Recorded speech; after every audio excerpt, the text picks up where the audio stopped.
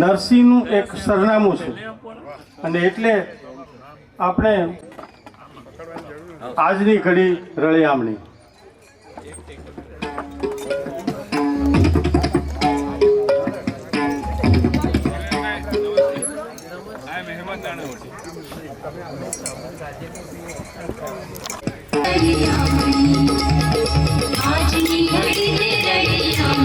ત્યારે ભગત સાહેબને પણ કહીએ તમે જરા શબ્દથી અમારી સાથે આવો. કહો શું મેળવી લેવું છે મારે? તમારા હાથમાં તો કેટલું એ ધન હશે, સત્તા હશે, કીર્તિ હશે, શું શું નથી હોતું તમારા હાથમાં. મારે કશાનું કામ ના, ખાલી તમારો હાથ, ખાલી તમારો હાથ. નાના આપણા બે ખાલી હાથમાં કેટલું છે. આપણા હાથમાં ઉષ્મા અને તડકો. અરે એના વડે આવો પરસ્પરના હૃદયના ભાવ ભેળવીએ અને સારું નઠારું કેટલું એ કામ કરતા આપણા હાથ કેળવીએ. અજાણ્યા છો? ભલે હવે જુઓ, આ હાથ લંબાવી કહું, લાવો તમારો હાથ મેળવીએ. અવાજ આપણી વચ્ચે પ્રસ્થાપિત થયો. એક એવો અવાજ કે જેણે આખા યુગને પોતાને ખભે લઈને ફર્યા. નિરંજન ભગત. એમની આજ રૂપાયતનના આ પરિસરમાં હું આપની 2 મિનિટ એટલા માટે લેવા માગું છું કે રૂપાયતન કેટલા એવા મિત્રો છે કે જે રૂપાયતનથી પરિચિત નથી. રૂપાયતન એ કળાનું સેવક છે. રૂપાયતનમાં અનેકવિધ પ્રવૃત્તિઓ થાય છે. શિક્ષણની પ્રવૃત્તિ તો થાય જ છે. અહીંયા 150 બાળકો નિવાસી શાળામાં ભણે છે. તેની સાથે સાથે સાહિત્ય, કળા, પ્રકૃતિ એના સંવર્ધન અને વિસ્તારની પ્રવૃત્તિ રૂપાયતન દ્વારા થતી રહે છે. આ વિસ્તારની અંદર આમ તો રાજકોટથી મૂકી દો તો છેક દરિયાકાંઠા સુધીના આખા વિસ્તારમાં કળાને માટે, કળાનું સંવર્ધન કરતી કોઈ એક સંસ્થા હોય તો માત્ર એક રૂપાયતન છે. કારણ કે બહુ માંદા સમયમાંથી આપણે પસાર થઈ રહ્યા છીએ. આર્થિક ઉપાર્જન હોય તો જ બધું થાય. એવા સમયમાં રૂપાયતન અહીંયા આ પ્રવૃત્તિ કરે છે અને એ કળાની જ્યોતને જલતી રાખે છે. આ કળાની, સાહિત્યની જ્યોતને જલતી રાખવાના ઉપક્રમમાં જ આજે નિરંજન ભગતનો આ કાર્યક્રમ છે. રૂપાયતન કળાનું સેવક છે. આ રૂપાયતનની સ્થાપના મૂળ તો રધુભાઈ અદાણીએ કરી અને પછીથી એક પછી એક પ્રમુખે ધીમે ધીમે આનો વિસ્તાર થતો ગયો. એ પછી મૂળ તો વીરેન ગાંધી અને ધીરેન ગાંધી જે ટાગોર પાસે ભણ્યા અને ગાંધીજીના અંતેવાસી હતા. રૂપાયતનમાં એને કારણે જ સત્ય અને સૌંદર્યનો સમન્વય થયો છે. પછીથી રધુભાઈ અદાણી, તે પછીથી દિવ્યકાંતભાઈ નાણાવટી. હું રધુભાઈ અદાણીને આપણા પ્રચંડ રાજપુરુષ કહું. દિવ્યકાંત નાણાવટી જુનાગઢ વિસ્તારના વિચાર પુરુષ છે અને આજે નિરપુમભાઈ પ્રમુખ છે અને હેમંત નાણાવટી. આ આખી સંસ્થા કળાના સેવક તરીકે અમારો જે બીજ મંત્ર છે એ સાંસ્કૃતિક સમન્વય ઝંખતું રૂપાયતન છે. આ એક એવો પરિસર કે જ્યાંથી ગિરનાર જેટલો સરસ રીતે દેખાય છે એવો ગિરનારને તળેટીમાં બીજી ક્યાંય જ દેખાતો. દત્ત અને દાતારનો આ દિવ્ય સેતુ અહીંથી દૃષ્ટિગોચર થાય છે. રૂપાયતન અનેકવિધ પુસ્તકોનું પ્રકાશન પણ કરે છે. આપની જાણ કરવું જોઈએ મારે કે આ વિસ્તારના એવા કવિ અવાજો કે જે સમયની ગરતામાં, કાળની ગરતામાં લુપ્ત થઈ ગયેલા, જેને કોઈ યાદ નહોતું કરતું. બરબાદ જુનાગઢી તો એના કાવ્ય ગોતીને કણસને નામે અમે પ્રકાશિત કર્યો. હમણાં દિલહર સંઘવી એ આપણા દિગ્ગજ સર્જકો હતા, એમને ધન્ય છે તમને નામે અમે હમણાં પ્રકાશન કર્યું. તો એ રીતે શિક્ષણ સેવાની આ પ્રવૃત્તિ કરતી આ જે સંસ્થા છે એ સંસ્થા અનેકવિધ રીતે જૂનાગઢની કળાની ધરોહર બને છે અને એમાં આપ સૌનું સ્વાગત છે. જૂનાગઢ એના જ આ થાણું થાપીને, આમ તો આ નરસિંહનું થાણું એમ, એટલે રાજેન્દ્ર શુક્લે કહે છે એમ કે પંડ ક્યાં પેટાવવા પડીએ અમે, હોઈએ જ્યાં ત્યાં જ જળહળીએ અમે. અમે જ્યાં છીએ ત્યાં અમે જળહળવાનો પ્રયત્ન કરીએ છીએ. એમાં આપ સૌનું સ્વાગત છે. અને હવે દીપ પ્રાગટ્ય માટે હું મહેમાનોને અનુરોધ કરું છું, પ્લીઝ પધારો છું. ત્રણ સંસ્થાના પ્રતિનિધિ છે, નિરુપમભાઈ નાણાવટી, રૂપાયતન અને આજના આપણી આ જે સભા છે એના ઉદ્ઘાટક છે ભાગ્યેશભાઈ ઝા અને શૈલેષભાઈ પારેખ, નિરંજન ભગત મેમોરિયલ ટ્રસ્ટ.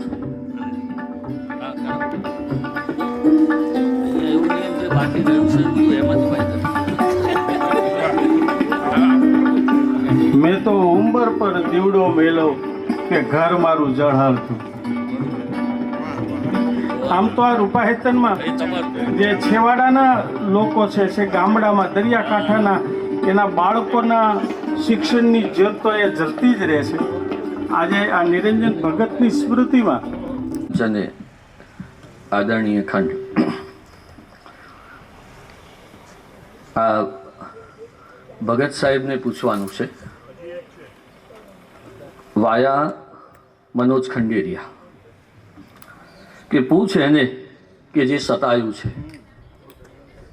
પૂછ એને કે જે સતાયું છે કેટલું ક્યારે ક્યાં જીવાયું છે. અને હવે જે 2 દિવસ થવાનું છે કે શ્રી સવા બારણે લખ્યા કરતું શબ્દથી બીજું શું સવાયું છે. અને આ 2 દિવસ આ જે કંઈ થશે ત્યારે શું થશે?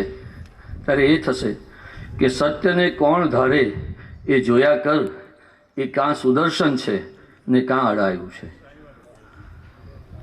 સતાયું શતાબ્દી એ અકાદમીની પરંપરા છે. એણે આ વર્ષોથી સેન્ટેનરી ટ્રિબ્યુટ સ્કીમ યોજના હેઠળ અનેક શતાબ્દીઓના સ્મરણો કરાવ્યા છે. આ સમયની માંગ, એમણે કહ્યું રમેશભાઈએ કે બહુ માંદો સમય છે, ત્યારે સમયની માંગ છે કે આપણે આપણા સર્જકને ગુણદર્શને ન અટકતા એની ગુણવત્તા દર્શન સુધી જઈએ, એના પુનર્મૂલ્યાંકન તરફ વળીએ, એને કાંટી ઝાંટીને એનું જે ઉત્તમ છે એ નવી પેઢીને જો નહીં આપીએ તો આપણે કેવી રીતે આ આપણી શબ્દ પરંપરાને ભવિષ્યમાં જાળવી શકીશું. આજે ગુણદર્શન અને ગુણવત્તા દર્શન, ક્યાં સુદર્શન ક્યાં અડાયું, આ બંનેમાંથી જે આપણો ઉત્તમ સર્જક છે અને કોઈ પણ મોટા સર્જક માટે આ જરૂરી છે. આપણે સૌ જાણીએ છીએ પૂર્વ અને ઉત્તર સુંદરમ હોય, ઉમાશંકર હોય, પન્નાલાલ હોય, અને એ બધામાંથી આપણે ઉત્તમ ભગત સાહેબ કેવા છે એ એની કવિતામાં, એ એના નિબંધમાં, એ એના વિવેચનમાં, એ એના વ્યાખ્યાનોમાં આપણે આજે જોઈશું.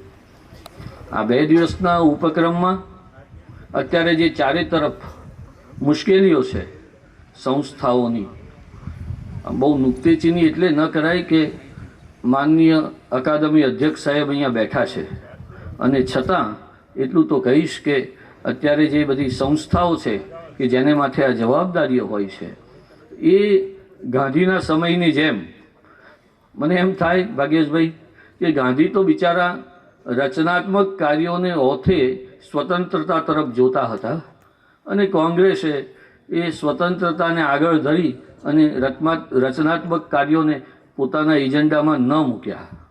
આપણે ત્યાં પણ રચનાત્મક કાર્યો બાજુ પર રાખીને સ્વાયત્તાના મુદ્દાઓ આ સમયે એ રીતે આ આખા ઉપક્રમને 2 દિવસ સુધી આપણે માણીએ. કેટલા બધા વાઇબ્રન્ટ સંસ્થાઓ, વાઇબ્રન્ટ કેમ્પસો આપણી જોડે હતા, પણ રૂપાયતનનું જે એસ્થેટિક્સ છે, એનું જે સૌંદર્ય છે, એમણે કહ્યું એમ કે રાજકોટ મૂકીએ પછી આ રૂપાયતને આપણને કેટલા સરસ ઉપક્રમો કરીને બતાવ્યા છે. વળી આ સમય પણ જે રવિ છે એ હેમંતનો છે, એ મૃદુ પણ છે, એ સુરખી ભર્યો પણ છે, અને રમેશ તો રમાપતિ હોવાને નાતે સૂત્રધાર છે. એણે આ આખું સૂત્ર સંચાલન બહુ સરસ રીતે ભાગ્યેશભાઈને સાથે રાખીને, ભાગ્યેશભાઈને સાથે રહીને કામ પાર પાડવું એ કંઈ જીવા દેવાનું કામ નથી. એ રમેશભાઈએ પાડ્યું બરાબર, એમને પૂછીને કેવી રીતે આખી ડિઝાઇન થઈ શકે એ કરી, હોય છે, દાતા દુર્લભ હોય છે. બોલનારા તો બોલી જાણે રાજેશ, સતેષુ જાયતે સુર સહસ્ત્રેષુ ચ પંડિતા વક્તા દસ સહસ્ત્રેષુ, પણ યોજક દુર્લભ છે, દાતા ભવતી વાનવા છે.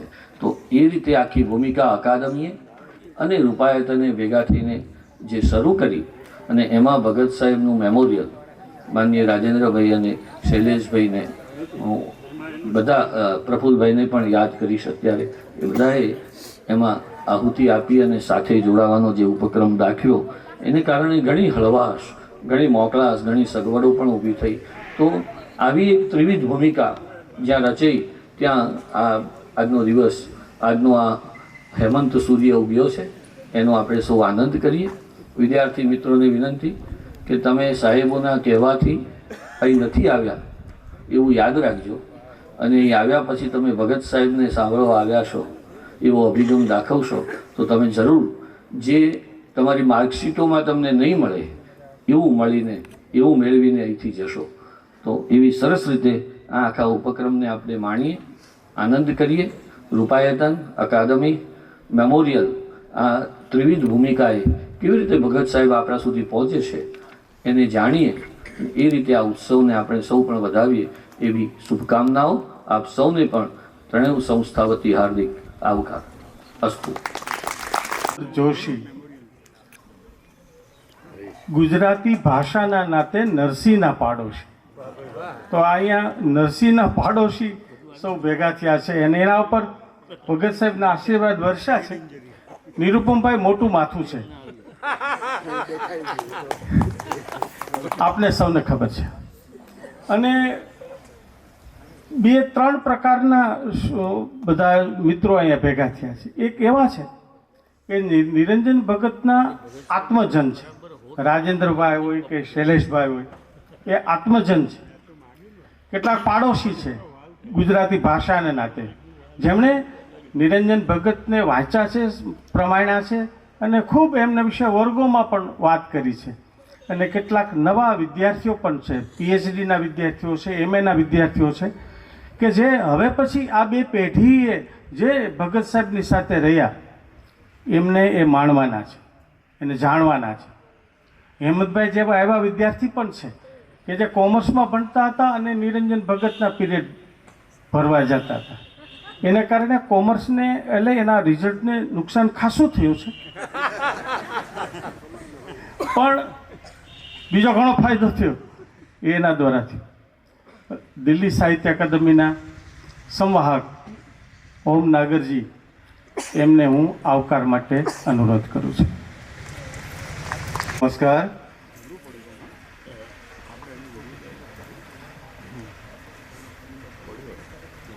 सर्वप्रथम तो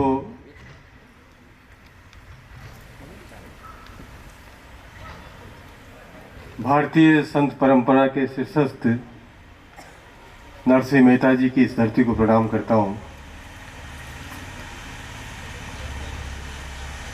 आज ही के कुछ वर्ष पहले इसी परिसर में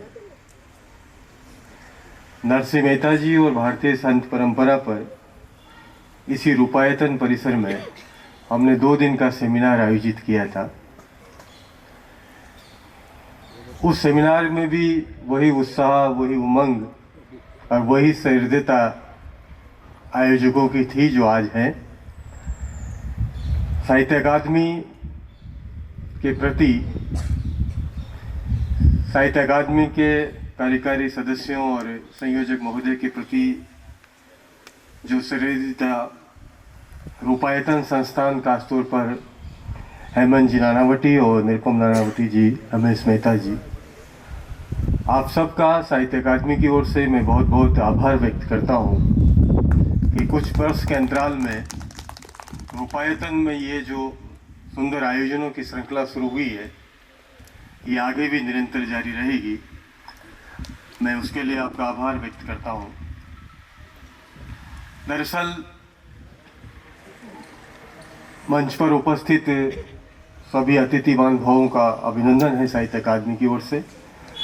आदरणीय साहित्य अकादमी में कार्यकारी मंडल के सदस्य और गुजराती भाषा परामर्श मंडल के संयोजक आदरणीय भागेश झा साहब, जिनके मार्गदर्शन में साहित्य अकादमी की गतिविधियाँ गुजराती भाषा में निरंतर बहुत उत्साह और उमंग के साथ संचालित हो रही है। मंच पे उपस्थित आदरणीय हर्षित मेहता जी, जो कि साहित्य अकादमी में सामान्य परिषद जनरल काउंसिल के सम्मानित सदस्य भी हैं, गुजराती भाषा परामर्श मंडल के सम्मानित सदस्य भी हैं। उनका मार्गदर्शन और सहयोग हमें निरंतर विभिन्न आयोजनों में मिलता रहा है। मैं उनका भी आभार व्यक्त करता हूँ। आदरणीय हेमंत नानावटी जी हमेशा किसी भी कार्यक्रम के लिए बहुत उत्साहित रहते हैं और हमेशा उनका ये रहता है कि रूपायतन में भी कुछ कीजिए। तो आदरणीय भागेश साहब का मैं बहुत आभारी हूँ कि उन्होंने उनके आग्रह को स्वीकार किया और यहाँ 2 दिन का एक सेमिनार आयोजित किया। निरुपम नानावटी जी की उपस्थिति निश्चित रूप से इस 2 दिन के संगोष्ठी को बहुत मान सम्मान देने वाली है। मैं उनका भी आभार व्यक्त करता हूँ। आदरणीय तुषार मेहता जी भी उपस्थित रहने वाले थे उद्घाटन सत्र में, लेकिन कुछ हवाई यात्राओं का जो स्थिति अभी दिल्ली में या अन्य महानगरों में रही है, उस कारण से वो अनुपस्थित रहे हैं। मैं उनका भी उनके अनुपस्थिति में अभिनंदन करता हूं और उनकी सहृदयता के प्रति आभार व्यक्त करता हूं। प्रबोध पारिक जी कुछ स्वास्थ्य कारणों से उपस्थित नहीं रहे हैं। आदरणीय शैलेश पारिक जी, जो कि निरंजन भगत मेमोरियल ट्रस्ट, जो रूपायतन के साथ हमारी सहयोगी संस्था है आज के इस आयोजन की, मैं उनका भी आभार व्यक्त करता हूं। और साथ ही निवेदन करूंगा कि निरंजन भगत जी ने पर शैलेश पारिक जी का एक मेकर्स ऑफ इंडियन लिटरेचर, हमारी एक बहुत महत्वपूर्ण श्रृंखला है, उसमें मोनोग्राफ जो है निरंजन भगत जी पर उन्होंने लिखा है, यहाँ ये उपलब्ध है।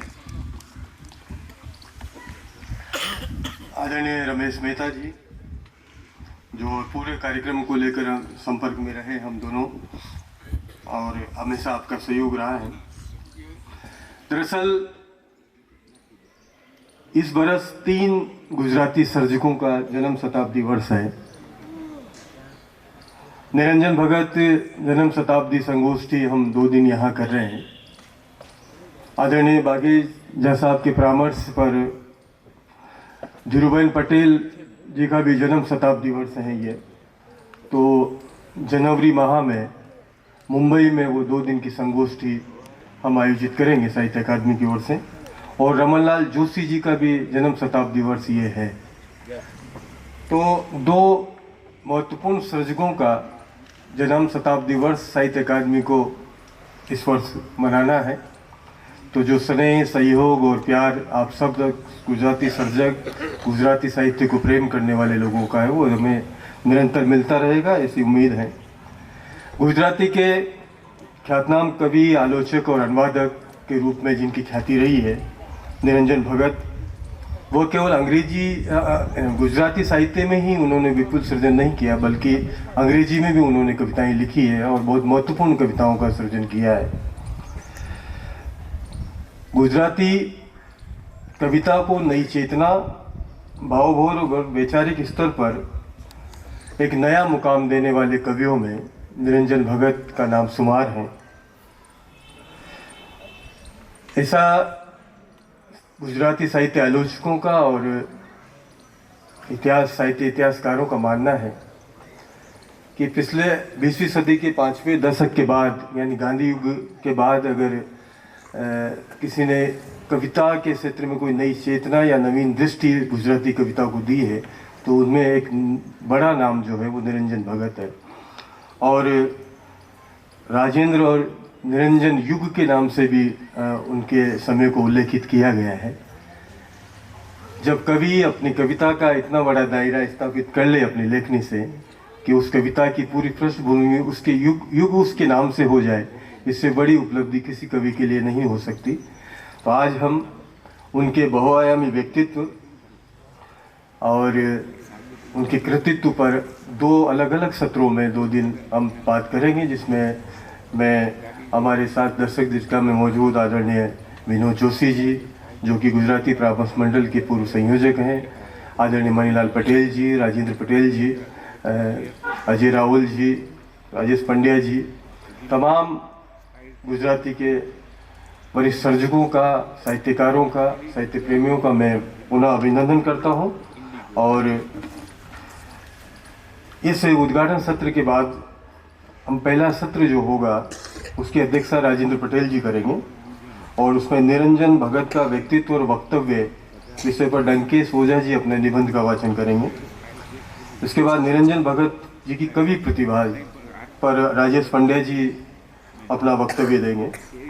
भोजन के पश्चात दूसरा जो सत्र है उसकी अध्यक्षता दर्शना धुलके जी करेंगी और उसमें 2 आलेख पाठ होंगे, जिसमें निरंजन भगत का मध्यकालीन साहित्य चिंतन मनोज रावल जी और निरंजन भगत का रविंद्र चिंतन, जो एक विशिष्ट कार्य उनकी काव्य प्रतिभा में रेखांकित किया जाता है। रविंद्र चिंतन उनका शैलेश पारिक जी उस पर आलेख पाठ करेंगे। कल रविवार को जो पहला सत्र होगा उसकी अध्यक्षता आदरणीय विनोद जोशी जी करेंगे और उसमें उदयन ठक्कर जी निरंजन भगत के काव्य में छंदोबद्धता विषय पर अपनी बात रखेंगे और मणिलाल पटेल जी निरंजन भगत के काव्य में नगर चेतना विषय पर बात करेंगे। उसके बाद जो चौथा जो सत्र है वो उसकी अध्यक्षता हसीत मेहता जी करेंगे। उसमें निरंजन भगत की विवेचना में वैश्विक संदर्भ, इस पे दिलीप सिंह जी लालूभा चौहान हमारे बीच उपस्थित है, वो अपना निबंध वाचन करेंगे और निरंजन भगत की विवेचना में भारतीय संदर्भ विषय पर अजय रावल जी बात करेंगे और समापन सत्र जो होगा उसकी अध्यक्षता उषा उपाध्याय जी करेंगे और JM चंद्रवाड़िया जी समाहार वक्तव्य देंगे। तो इस तरह से 2 दिन की संगोष्ठी में आप सबसे आग्रह है कि आप हर सत्र में उपस्थित रहें। खासतौर पर विद्यार्थी और शोधार्थियों की उपस्थिति निश्चित रूप से हर्ष पैदा करने वाली है, क्योंकि जो पढ़कर नहीं समझा जा सकता है, कई बार सुनकर भी वो ज़्यादा अंगेज लिया जाता है। तो आप सब वक्ताओं को ज़रूर सुनिए। आप अपने विद्यार्थी काल में, अपने अध्यापकीय काल में आप निश्चित रूप से आज की संगोष्ठी को विशेष तौर से याद करेंगे। मैं इस गुजराती भाषा के विशिष्ट और वरिष्ठ कवि आदरणीय निरंजन भगत जी की स्मृतियों को प्रणाम करता हूं और आप सबका अभिनंदन करता हूं। बहुत बहुत धन्यवाद। પણ અહીંયા તો ઉપસ્થિત છે મારા વડીલ તરીકે, એટલે કે રૂપાયતન ટ્રસ્ટના ઉપપ્રમુખ તરીકે એમનું અમે સ્વાગત કરીએ છીએ। જાદુ એવો જાય જડી ગીત પ્રેમનું આ પૃથ્વીના કર્ણપટે ધરવા આવ્યો છું। તો અમે પણ આ મહેમાનોના હસ્તપટે અમારું સ્વાગત કરીએ છીએ અને એ માટે મહેમાનોનું સ્વાગત કરીએ। રૂપાયતન દ્વારા જ જે પ્રકાશિત કહી શકાય, પ્રકાશિત કર્યા છે એવા પુસ્તકો અને સૂત્રમાળા અને શાલ સાથે આપણે સ્વાગત કરીએ। સૌપ્રથમ ગુજરાત સાહિત્ય અકાદમી દિલ્હીના સંયોજક શ્રી ભાગેશભાઈ ઝા, એના સ્વાગત માટે અમારી 2 પેઢી રૂપાયતનની ધીરેન્દ્રરાજ બેને વિનંતી કરું છું।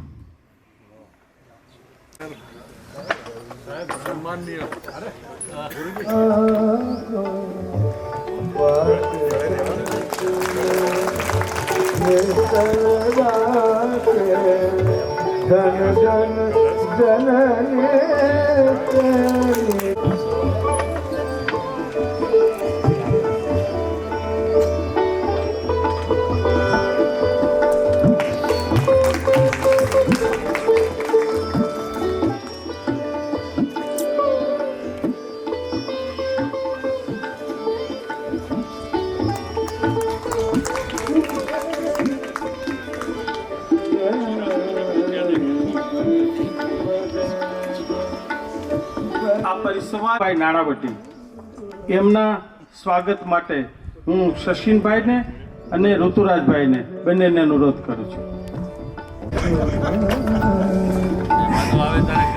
તમે રોજ આવતા જાવ તો ન કરીએ।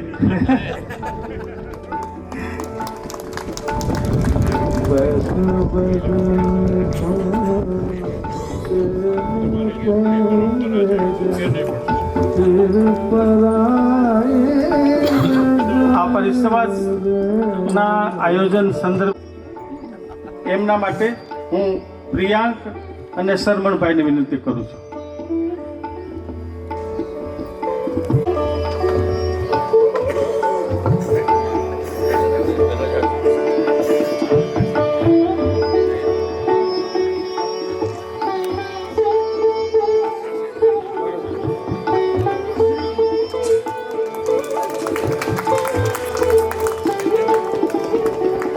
સૌ જાણતા જ હો કે કોઈ પણ કાર્યક્રમ કરીએ એની પાછળ અનેક નાના મોટા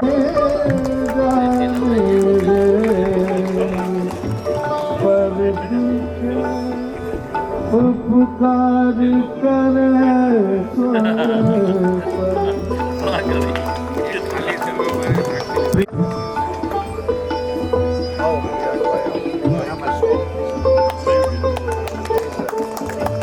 પર દુઃખ ઉપકાર કરે તો મન અભિમાન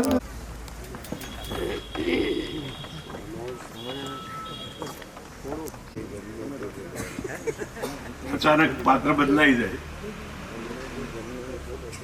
અને જે પરિસ્થિતિ ઊભી થાય તેવી થઈ છે. એક તો રૂપાયતન સંસ્થાના પ્રમુખ તરીકે રૂપાયતન સંસ્થામાં જ મારું સ્વાગત થાય એવી એક પરિસ્થિતિ થઈ. આજના આ સુંદર મજાના પરિસંવાદનું આયોજન થયું છે નિરંજન ભગત સાહેબની સ્મૃતિમાં અને એમના શતાબ્દી વર્ષમાં. અને ભારતના સોલિસિટર જનરલ એક જ સેકન્ડ સોરી ખરેખર તો ઉદ્ઘાટક તરીકે અમારું નિમંત્રણ સ્વીકારીને આવવાના, પરંતુ એમણે એક સંદેશો મૂક્યો છે અને હું શબ્દસહ વાંચી જવા માંગુ છું, કારણ કે હું પ્રોક્સી છું. અમારે વકીલાતના વ્યવસાયમાં જિલ્લા કક્ષાની વકીલાતમાં મૂળ વકીલ હાજર ના હોય તો બીજા વકીલને પ્રોક્સી આપે અને એ દલીલો કરી શકે, પણ એ લેખિતમાં પ્રોક્સી આપવી પડે. મને લેખિતમાં પ્રોક્સી તો નથી, પણ એમની લાગણીઓ એમને જે વ્યક્ત કરી છે તે હું વાંચી જાઉં બહુ સારું રહેશે. આદરણીય નિરૂપમભાઈ કાલે વાત થયા મુજબ કોર્ટમાંથી નીકળતા મોડું થતા સીધો જ એરપોર્ટ તરફ ભાગ્યો, પરંતુ રાષ્ટ્રપ્રમુખ શ્રી પુતિન એ રસ્તેથી જવાના હોય રસ્તાઓ બ્લોક કરેલા હતા. આ કારણે હું રાજકોટની એકમાત્ર સાંજની ફ્લાઇટ ચૂકી ગયો. જુનાગઢમાં રૂપાયતનમાં આવવું મારું સ્વપ્ન છે. પૂજ્ય રતુભાઈ અને દિવ્યકાંતભાઈની કલ્પનાને તમારા અને હેમંતભાઈ દ્વારા વિરાટ રૂપ અપાયું છે. આટલા બધા વિદ્વાનોને ગિરનારની તળેટીમાં મળવું એ એક અકલ્પનીય અને અનેરો લાવો હતો. મારું કમનસીબ કે આ લાવો હું ચૂકી ગયો. તમે કાયમ મારા પ્રિય રહ્યા છો, વડીલ રહ્યા છો, એ અંગત છે, હું જવા દઈશ. જુનાગઢના સુગ્ન વાચકોની ખૂબ પ્રશંસા તમારા મોઢે સાંભળી છે. હવે પછી તમે જ્યારે ફરી આદેશ કરશો ત્યારે હું હાજર થઈ જઈશ અને મારા વતી તમામ મહેમાનો અને ઉપસ્થિત તમામ મહાનુભાવોની ક્ષમા માગશો. હું જુનાગઢ છું એમ માની તમામ સ્ટાફને રજા આપી છે, માટે આ માત્ર વોટ્સએપ દ્વારા મોકલી દે છે. એટલે આવો પ્રેમાળ સંદેશો મોકલીને એમણે કેમ ના આવી શકે એની વાત કરી. અમે સતત ફોન પર સંપર્કમાં હતા. હું અમદાવાદથી આવતો હતો. તુષાર મહેતા સોલિસિટર જનરલ છે એટલે જ અહીં આવવાના હતા એવું નથી. રેખતા ફાઉન્ડેશન ગુજરાતી ચેપ્ટર કહીએ તો એમાં એનું ઘણું મોટું પ્રદાન છે અને લગભગ સાહિત્ય સાથે સંકળાયેલા બધા હવે જાણે છે. એ પણ સાહિત્ય પ્રેમી છે. આજના આ ઉદ્ઘાટન બેઠકના મંચ ઉપર ઉપસ્થિત શ્રી ભાગ્યેશભાઈ ઝા, શ્રી શૈલેષભાઈ પારેખ, ઓમ નાગરજી, હસીતભાઈ, કમલેશભાઈ જોશીપુરા અને લઘુબંધુ હેમંત એ મેનેજિંગ ટ્રસ્ટી છે.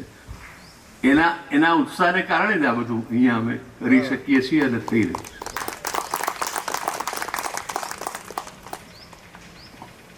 નિરંજન ભગતને જ્યાં સુધી લાગે વળગે છે, આદરણીય નિરંજનભાઈના આ શતાબ્દી વર્ષ મને જે કંઈ માહિતી એકત્રિત કરી શકો તેમાં 18 મે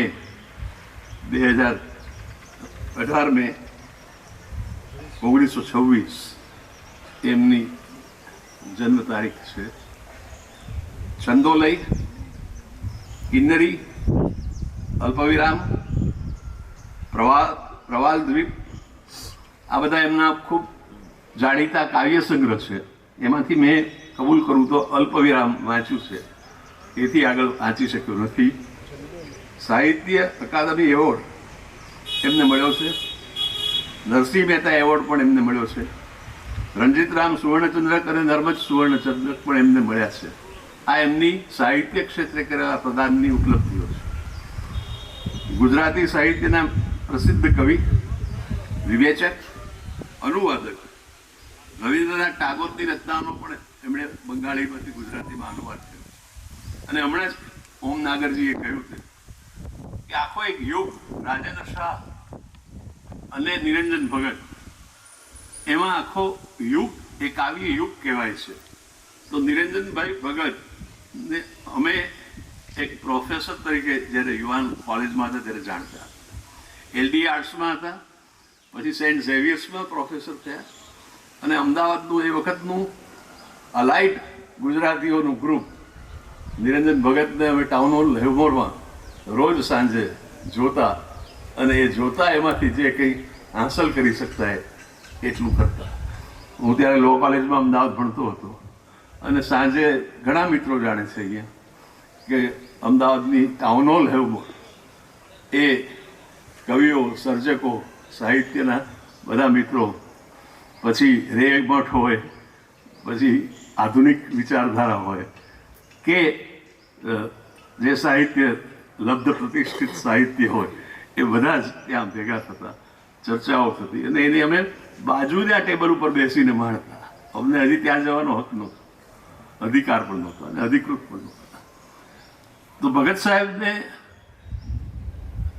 જો એમના પ્રદાનને આજે રૂપાયતન સંસ્થાને આ તક મળી, તેને માટે રાષ્ટ્રીય અકાદમી અને સાહિત્ય અકાદમી બધાના અમે આભારી છીએ.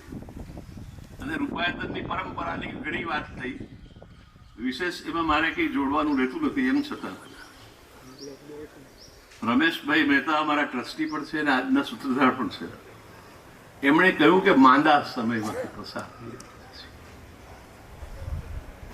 હું સાચો પણ હું, ખોટો પણ હું, એ ગુજરાતીના પ્રોફેસર રહી ચૂક્યા છે, હું ગુજરાતીનો માત્ર વિદ્યાર્થી રહી ચૂક્યો છું. પણ માંદો તો છે જ સમય, આજે નથી, પહેલા પણ હતો. સાહિત્યની પ્રવૃત્તિમાં લોકોનું પાર્ટિસિપેશન, જેને આપણે કહીએ ભાગીદારી, હિસ્સેદારી, એ પ્રમાણમાં તો ઓછું રહ્યું જ છે. જો કોઈ ફિલ્મ એક્ટર આવે આ સ્ટેજ ઉપર તો અહીંયા જગ્યા ના મળે, એટલી જગ્યા થઈ જાય. જો કોઈ સેલિબ્રિટી આવે તો એનાથી વધારે જગ્યા જોઈએ. પછી ચૂંટણીની રેલીઓ તો આપણે બધાએ જોઈ છે, કેટલી બધી મોટી સંખ્યા હોય છે, અને એમાં શું બોલાતું હોય છે, એનું આ સત્વ શું હોય છે, એ પણ આપણે સમજીએ છીએ. પણ છતાં ત્યાં લોકો જાય છે. તો સાહિત્ય એ મર્યાદિત ભલે હોય, પણ દરેક યુગનું ઘડતર સાહિત્યમાં પ્રતિબિંબિત થાય છે, અને સાહિત્ય જ એ યુગનું ઘડતર કરે છે, એવું મારું માનવું છે.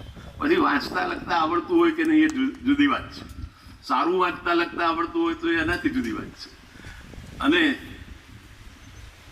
કવિ કર્મ કે લેખક કર્મ કે નિબંધ, વિવેચન, એ એક જુદું સાહિત્ય કર્મ છે. એ બધા કર્મો થતા જ હોય છે, અને એનો પ્રભાવ અંતે સમાજ ઉપર પડતો જ હોય છે. સંખ્યા ભલે ઓછી હોય કે વધુ, સંખ્યા અમારે કહેવાય છે કોર્ટના ભાષામાં, હું કહું છું ઘણી વાર કે સત્યમેવ જયતે એવું લખ્યું હોય છે દરેક જજની ખુરશી ઉપર. તો સત્યમેવ જયતે નથી હોતું, સત્ય જીતે જ છે એવું પણ મારો અનુભવ ના પડે છે. પણ આ સત્યની કોર્ટો નથી, આ પુરાવાની કોર્ટો છે. એટલે પુરાવા જીતે છે. તમારી પાસે જો સબળ પુરાવો હોય, એવિડન્સ, તો તમે જીતો, ભલે ને તમે સાચા ન પણ હો. તો કોર્ટની જે રીતે સત્યમેવ જયતે, એવી રીતે આપણે આ સાહિત્ય સેવાની વાત છે. સાહિત્ય પરામર્શ, સાહિત્ય ગોષ્ઠી, સાહિત્યના મુશાયરા હોય, લેખકનું સંમેલન હોય, કોઈ પણ સંસ્થા દ્વારા આયોજિત હોય, અકાદમીનું હોય, પરિષદનું હોય, ત્યાં સંખ્યાની તો થોડી આપણને ખોટ પડવાની. પણ એ ખોટ છતાં યુગોથી નરસિંહ મહેતાએ ક્યાં જઈને ભજનો ગાવા પડતા હતા. આજે અમે નાગરો કોલર ઊંચા કરીને વાત કરીએ છીએ નરસિંહ મહેતાની, પણ એમણે તો ત્યારે ક્યાં જઈને ભાગ્યેશભાઈ અને કોણ, અને અમે તો નાગ બહાર મૂકી દીધા. આજે અમે હારમાળા ઉજવીએ છીએ, ગૌરવથી વાત કરીએ છીએ કે નાગર હતા, આવો ક્લેમ કરીએ છીએ.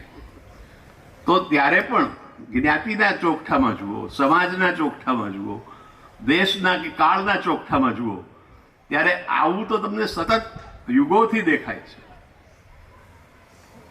પ્રેમાનંદની વાત કરીએ તો પ્રેમાનંદ જનમનોરંજક આખ્યાનકાર હતા એવું કહેવાય છે. અને લખ્યું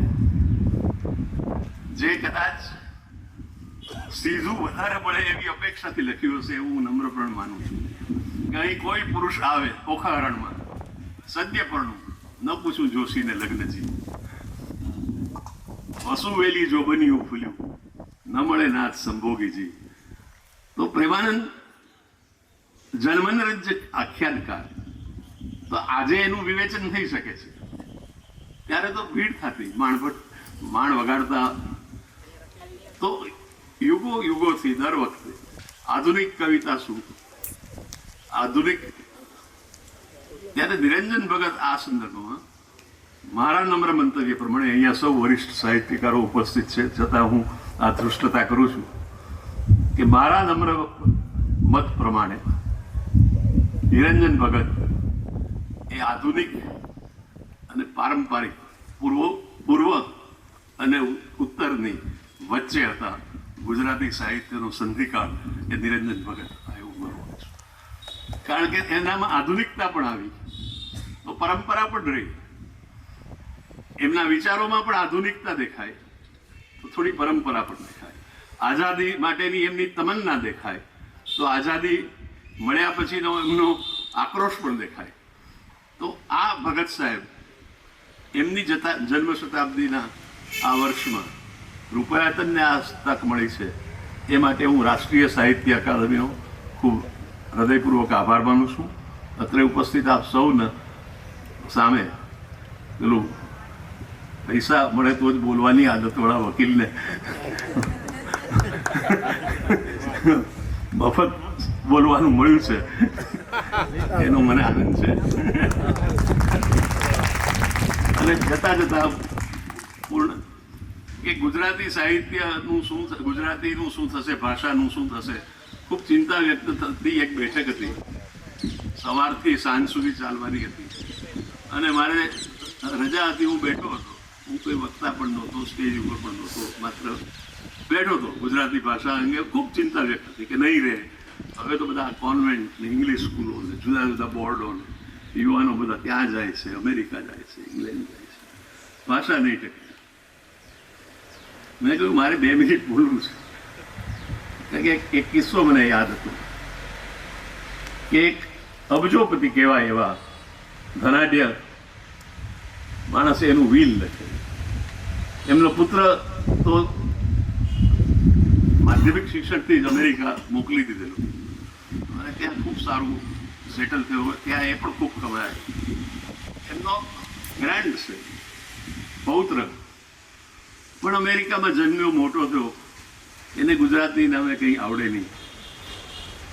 એટલે વર્ષે 1-2 વાર આ લોકો આવે, આ બાજુથી આ લોકો જાય, પ્રવાસ થતા. આણે બહુ વકીલની સલાહ વગર કર્યું છે. એક વિલ લખ્યું અને વિલમાં લખ્યું, ગુજરાતીમાં લખ્યું કે આ વિલ જે વાંચી શકે એને મારું બધું તો ભાષા ટકશે. જો આપણે આમ કરશું ભાષા ટકશે. આપ મને શાંતિથી સાંભળો. તો ગુજરાતીમાં તો આપણો તો વારો નહોતા આવત. ભગત સાહેબના પરમ સ્નેહીની વાત હવે રજૂ કરવાના છીએ શૈલેષભાઈને, પણ અત્યંત ભગત સાહેબ સાથે એટલા બધા નજીક હતા કે મને તો એ સાંભળીને એમની ઈર્ષા થાય કે ભગત સાહેબના એટલા નજીક હોવું એ કેટલું બધું સદભાગ્ય. આપણે બધાએ એટલે કે મારી પેઢીના અધ્યાપકોએ અને બીજા આપણે તો ભગત સાહેબને આમ સાંભળ્યા છે, એનું તાપ અને પરિતાપથી માંડી અને બધું એની અસ્ખલિત વાણી અને જે રીતે અભિભૂત થયા છીએ આપણે, એ આપણે વાત કરીએ તો રોમાંચ થઈ આવે. આ બધું મારો જ અનુભવ છે એવું નથી, આપનો સૌનો અનુભવ છે, પણ એમનો પ્રેમ પાયમાં છે. સાહેબે પુરાવાની વાત કરી દે એટલે કે એકાદ બે હોય તો વર્ણવી શકું તને, આ પ્રેમ છે અને એના પુરાવા 1000 છે. 1000 પુરાવો જેમની સાથે છે શૈલેષભાઈ પારેખને વિનંતી કરું છું.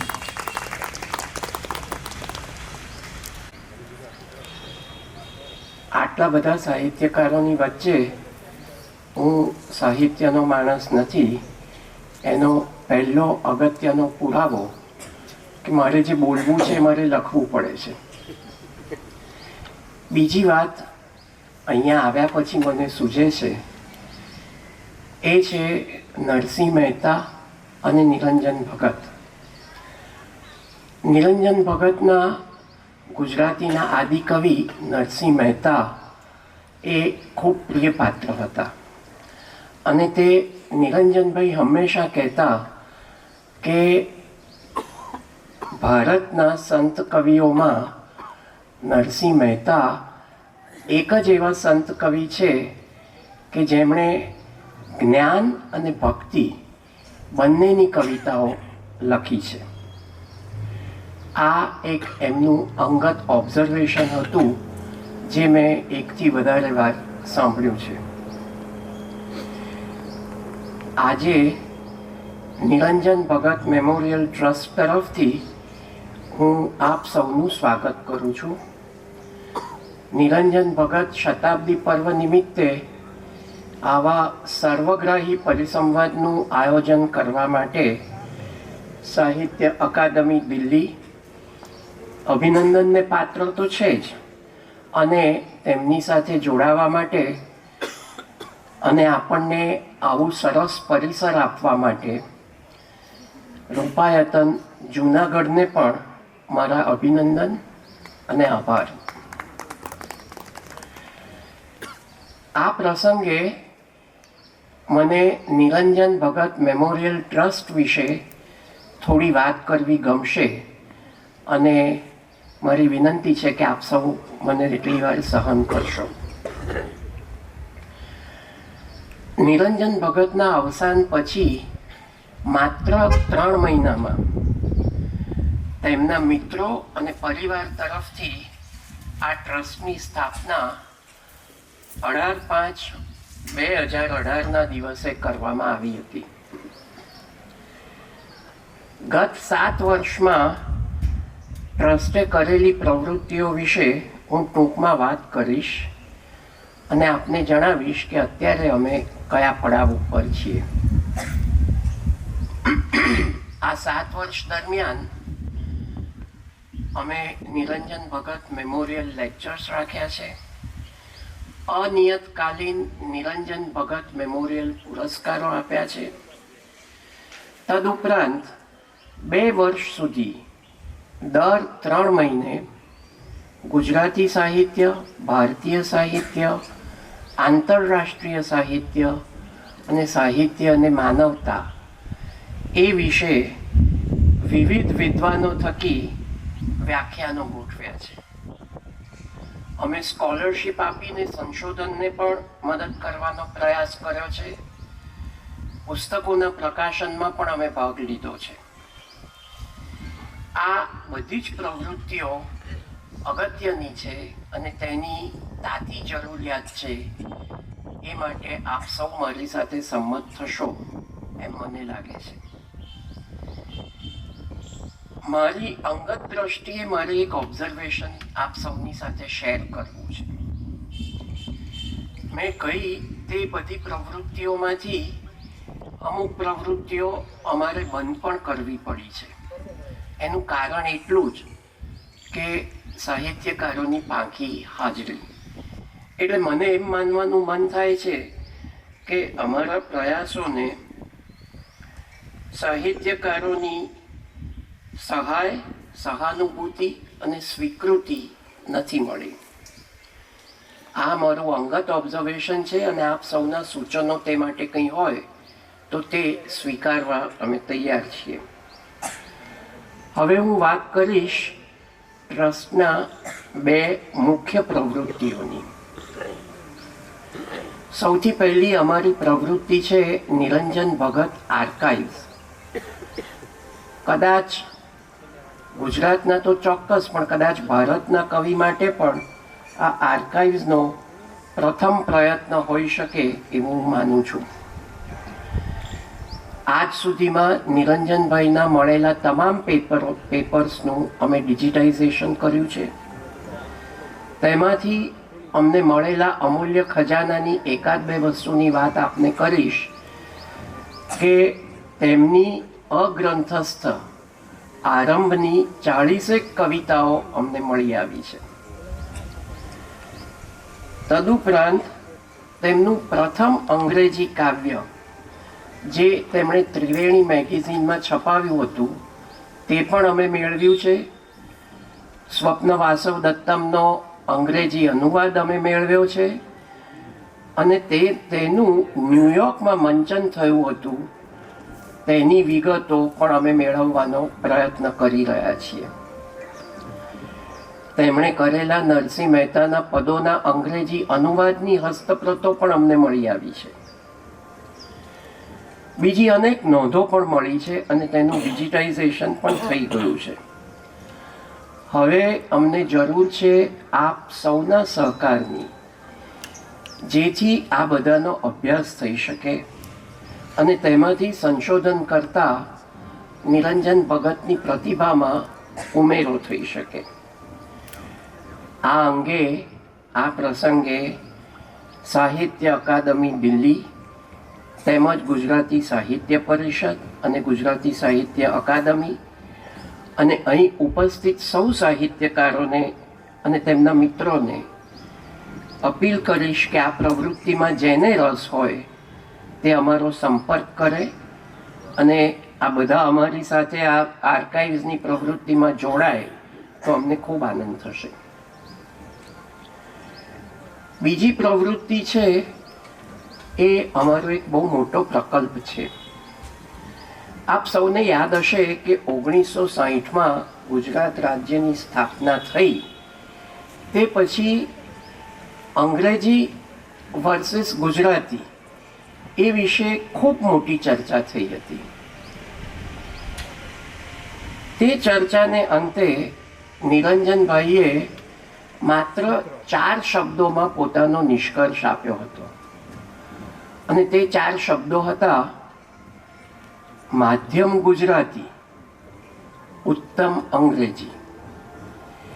આ સૂત્રને આધારે અમે એક પ્રકલ્પ હાથ ધર્યો છે. તેનો પાયલટ પ્રોજેક્ટ ગયા વર્ષે જ પૂરો થયો છે. આ પ્રોજેક્ટમાં અમે શું શું કર્યું? સૌથી પહેલાં અમે કેળવણીવિદ, શિક્ષણવિદ વિદ્વાનોની સમિતિ રચી અને શિક્ષણ પદ્ધતિ નક્કી કરી અને તેને માટે એક નવી જ ટેક્સ્ટબુક ડિઝાઇન કરી. એ પછી વિવિધ શાળાઓ જે અમારી સાથે જોડાયેલી હતી એવી 10-12 શાળાઓ જ્યાં 1000થી 1200 વિદ્યાર્થીઓએ આનો લાભ લીધો છે, તેના શિક્ષકોને અમે ટ્રેનિંગ આપી કે આ પુસ્તકોનો ઉપયોગ કેવી રીતે કરવો. અમારા પુસ્તકોમાં એક પુસ્તક શિક્ષકો માટે છે અને બીજું પુસ્તક વિદ્યાર્થીઓ માટે છે. અને 3 વર્ષને અંતે આ વિદ્યાર્થીઓનો અમે કેમ્બ્રિજ દ્વારા ડિઝાઇન કરેલો ટેસ્ટ પણ લીધો. અને મને કહેતા ખૂબ આનંદ થાય છે કે આ વિદ્યાર્થીઓના લેખન, વાંચન, શ્રવણ અને કથન આ 4 દિશામાં તેમનું અંગ્રેજી સારું એવું સુધર્યું છે. હાલને તબક્કે એક વાત કહેવાની રહી ગઈ કે અમે આ આખો પ્રયોગ 6, 7 અને 8 ધોરણના વિદ્યાર્થીઓને માટે કરેલો. હવે અમારી ઈચ્છા છે કે અમે 9 અને 11 ધોરણને માટે પણ તેનું વિસ્તરણ કરીએ. એ પણ અમે વિચારી રહ્યા છીએ. આપ સૌના સૂચનો ફરીથી આવકાર્ય છે. આ શતાબ્દી પર્વ નિમિત્તે અમે સૌથી પહેલો કાર્યક્રમ અદિતિ દેસાઈ દિગ્દર્શિત નગર કવિ નિરંજન એ શીર્ષક હેઠળ કરેલું વાચિકમ, જે ભગત સાહેબની જન્મદિવસના એક દિવસ પહેલા 17મી મે 2025ના દિવસે પરિષદના રાવી સભાગૃહમાં રજૂ કર્યો હતો. તેનો પ્રતિભાવ ખૂબ સારો હતો અને તેનો પુરાવો છે, ફરી પુરાવાની વાત, આખું ભરાઈ ગયેલું રાવી સભાગૃહ. આ જ કાર્યક્રમ સમગ્ર ગુજરાતમાં વિવિધ સ્થળે જો થાય તો નિરંજન ભગતની નગર કવિતા આજના ગુજરાતી અને ગુજરાતી વિદ્યાર્થીઓ સમક્ષ પ્રગટ થાય એવી અમને આશા છે. આ સંદર્ભે ટ્રસ્ટ આવા દરેક કાર્યક્રમમાં પરફોર્મિંગ આર્ટિસ્ટનો ખર્ચો ભોગવશે અને સાથે જોડાનારી સંસ્થાએ આ આખા ગ્રુપને આવવા જવાનો ને ત્યાં રહેવા જવાનો તેમજ કાર્યક્રમ ગોઠવવાનો ખર્ચ ભોગવવો પડશે. અમારા આ પ્રકલ્પમાં આજની જેમ સાહિત્ય અકાદમી દિલ્હી, ગુજરાતી સાહિત્ય અકાદમી અને સાહિત્ય પરિષદ એ લોકો પણ અમારી સાથે જોડાઈ શકે તો તે સૌને અમારું હાર્દિક નિમંત્રણ છે. ફરી એકવાર સાહિત્ય અકાદમી દિલ્હી સાથે સંકળાયેલા હસિત મહેતા, વિનોદ જોશી તેમજ અન્ય સભ્યો અને ઓમ નાગર સાહેબનો હું સૌનો હાર્દિક આભાર માનું છું. રૂપાયતન જુનાગઢ, નિરૂપમભાઈ નાણાવટી, હેમંત નાણાવતી, રમેશ મહેતા વગેરેનો આવી સુંદર વ્યવસ્થા ઊભી કરવા માટે ખૂબ ઋણી છું અને આપ સૌ આટલી મોટી સંખ્યામાં અહીંયા હાજર રહ્યા છો તેને માટે આપનો પણ આભાર માનું છું. Thank you.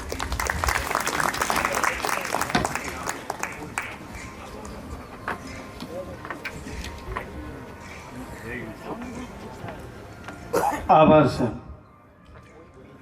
પવન થોડો વિક્ષેપ પાડી રહ્યો છે. શિયાળા વતી આપને વિક્ષેપ બદલ માફી ચાહું છું, કારણ કે આ ઋતુનું સાલું માણસ જેવું થતું જાય છે. શું કરવું એ કઈ લાઈન લેવી વિનોદભાઈ ખબર નથી. હજી તો અમે થોડાક દિવસ પહેલાં એમ વિચારતા હતા કે હીટર રાખવા પડશે કે શું, કારણ કે ગિરનાર અને ભવનાથનો શિયાળો છે. અમે તો મેસેજ પણ કરવાના હતા કે પૂરતા ઓઢવા પાથરવાના કંઈક શેટન લઈને આવજો. એને બદલે આ કોટી ભારે લાગે છે તમને બધાને, મને એટલું તાપમાન છે. તો એની વચ્ચે અમે પણ આનો ઉપાય કરશું કે આ વિક્ષેપ ઓછો થાય, પણ અત્યારે તો થોડું થાય છે, ક્ષમા. હવે જે ભાગેશભાઈ જે વાત કરવાના હતા અધ્યક્ષી, જે કેટલાક મેં ગદ્યના એમણે જે કવિતાઓ તો એમની જાણીતી પણ છે, કવિતા એની વધુ ટોકેટિવ છે એમ પણ લાગે છે કે તરત એની વાચાળતાથી આપણને સ્પર્શી જાય. બહુ